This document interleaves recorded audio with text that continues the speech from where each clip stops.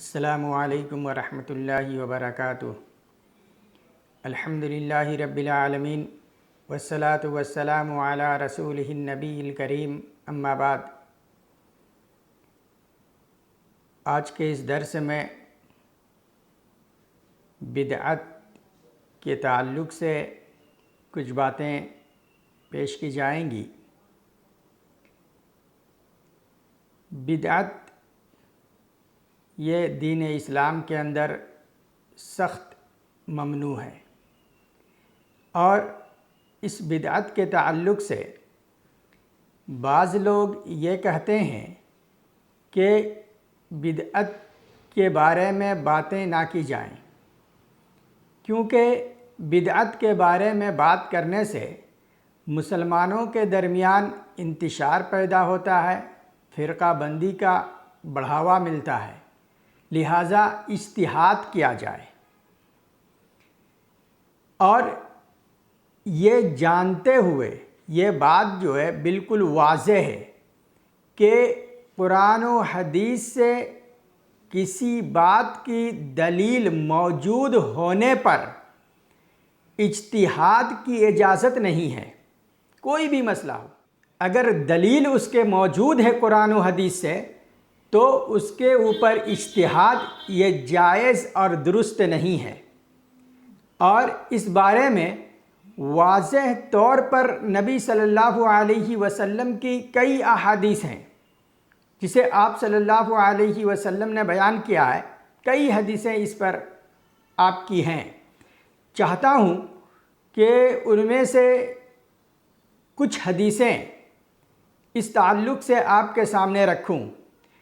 پہلی حدیث بہت ہی زبردست حدیث ہے کہ جب ہمارے یہاں حالات بگڑ جائے، حالات سے مراد دینی خلفشار پیدا ہو جائے، دین میں لوگ نئی نئی چیزیں داخل کرنے لگے، تو اس صورت میں ایک مسلمان کا کیا طریقہ ہونا چاہیے، ایک مسلمان کس طریقے سے اپنے ایمان کو بچانا اور اپنے آپ کو قرآن و حدیث کے اوپر چلانا چاہیے، اس حدیث سے یہ بات جو ہے واضح ہے۔ حدیث ابو داؤد کی ہے، اور راوی حدیث حضرت ارباز بن ساریہ رضی اللہ عنہ ہے۔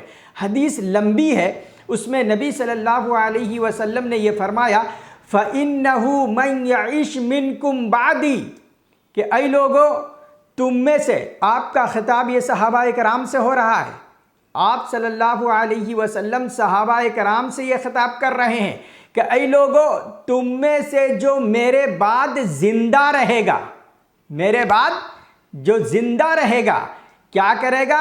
فَسَيَرَى اخْتِلَافًا كَثِيرًا، تو وہ بہت سارے اختلافات کو دیکھے گا، دین کے تعلق سے بہت سارے اختلافات کو دیکھے گا۔ جب بالکل وہی حالت جس پر آج ہم ہیں، جو آج ہمارے درمیان درپیش ہے، جو ہمارے یہ ماحول اور ہمارے یہاں جس رائج پا چکا ہے، بالکل دین کے تعلق سے اسی معاملے کے متعلق فرمایا کہ جو میرے بعد زندہ رہے گا وہ دین کے تعلق سے بہت سارے اختلافات کو دیکھے گا۔ اور جب ایسے اختلافات رونما ہوں گے تو نبی صلی اللہ علیہ وسلم نے ہمیں کس طرح رہنا ہے، اور کس طریقے سے دین پر عمل کرنا ہے، اور کس طرح دین کی حفاظت کرنی ہے، یہ ساری چیزیں اس حدیث کے اندر بتلایا۔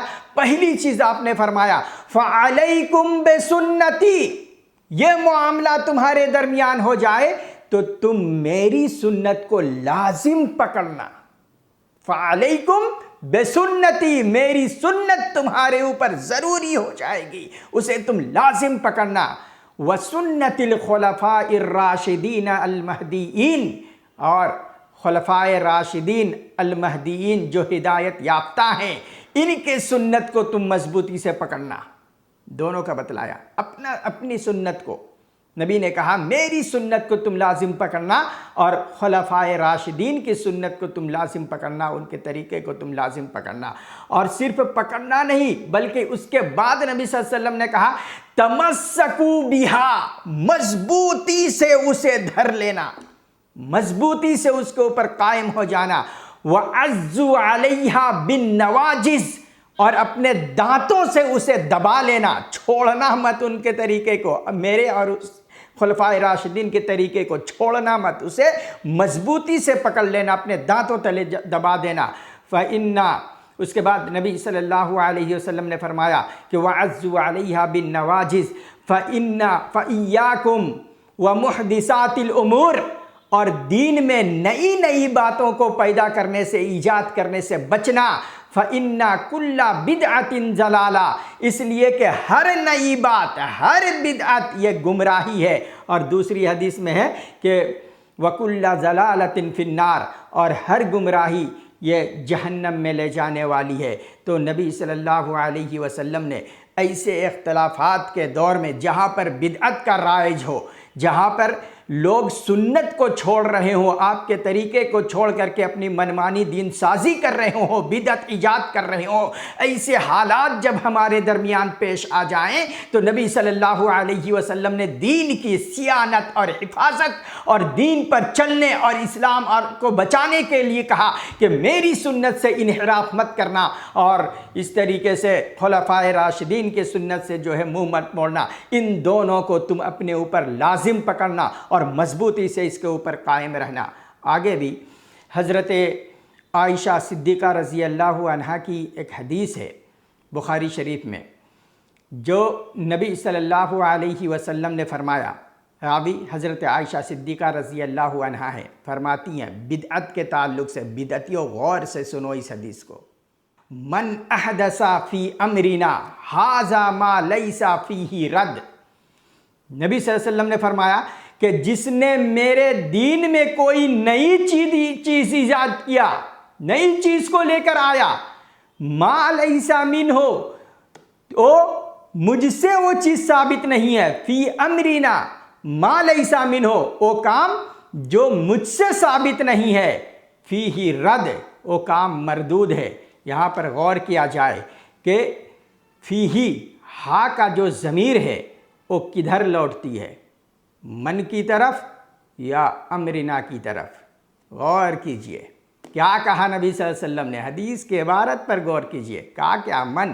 اگر فیہ میں ہا کی ضمیر کا مرجع، ہا کی ضمیر من کی طرف لوٹ رہی ہے تو دین میں نئی نئی چیزیں ایجاد کرنے والا شخص مردود ہے، دین میں نئی چیز داخل کرنے والا شخص مردود ہے۔ جو نبی نے نہیں کیا ہے یا نبی سے وہ ثابت نہیں ہے، اسے دین میں داخل کرنا وہ مردود ہے۔ مرجع کو اگر امرنا کی طرف لوٹایا جائے تو اس وقت یہ معنی ہوگا جو چیز وہ داخل کر رہا ہے دین میں وہ چیز مردود ہے، اس کو کرنے سے اللہ قبول نہیں کرے گا، وہ رد کی ہوئی ہے، اسے اللہ رب العالمین قبول نہیں کرے گا۔ اس لیے ہم غور کریں کہ ہمیں کیا کرنا ہے، بدعت سے ہمیں بچنا ہے، اور بدعت سے بچنے کا سب سے بہترین طریقہ نبی صلی اللہ علیہ وسلم کی سنت ہے، سب سے بہترین طریقہ خلفائے راشدین کی سنت ہے، جو نبی صلی اللہ علیہ وسلم نے